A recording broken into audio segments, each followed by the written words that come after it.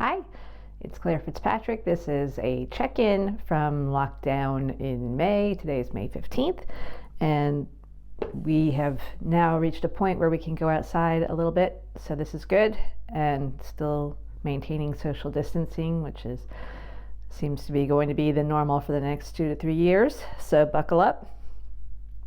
But I had a patient of mine from New York who asked me about neck pain. She's hearing a lot of cracklies and crunchies in her neck, and I thought that would be a good idea for a video. So the cracklies and crunchies, if you haven't gotten adjusted in a while, especially if you're older, they're sort of normal. It's called crepitus, and crepitus is when fibrous tissue starts to form between the joints in the neck or in the spine too, which is why it's important to keep things moving. So if you're moving your head and you're getting a lot of crepitus, a lot of that crackle, crackle, crackle, crackle, crackle, then it's a good thing you're moving your head, because you need to break up those adhesions so that you've got good blood flow and good nerve flow through the area. So I'll show you a couple of things to do. If you've got stiffness in your neck, you want to be very careful not to set off your muscles, because sometimes doing these movements can set off trigger points in the muscles.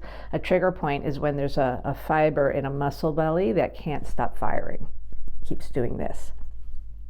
And so it's always clenched, and that's a lot of times what people experience when they have shoulder pain, or sometimes headaches associated with kind of shoulder pain, or sort of kind of mastoid pain or scalings.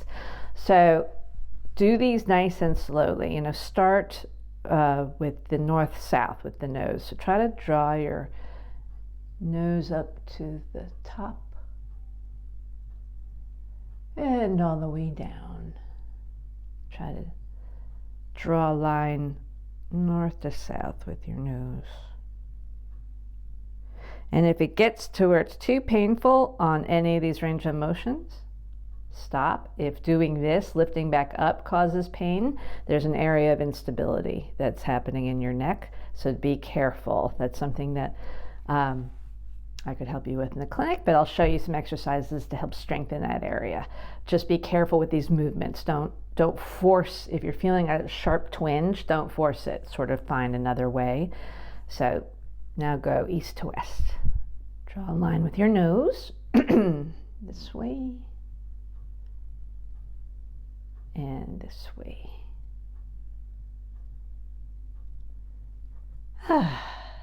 And think happy thoughts. And now you can do sort of the pendulum. So you can start with turning to your left and making a big semicircle down.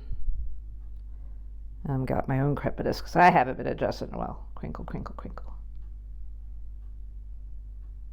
And then back down this way.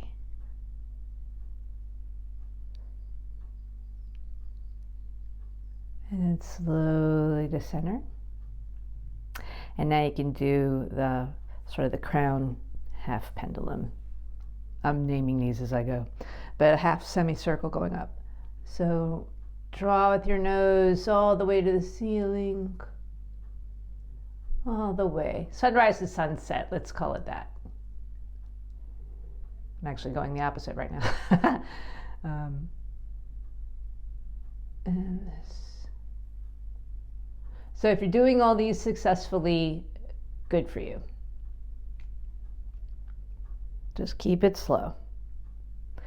And so now you can just, if you've done all that successfully, you can sort of do full circles. Sort of let your head roll and let it crinkle. You're breaking up the adhesions. And don't forget to breathe. Breathing is life. Breathe into your belly. Look at my other videos. Good. And then back up again.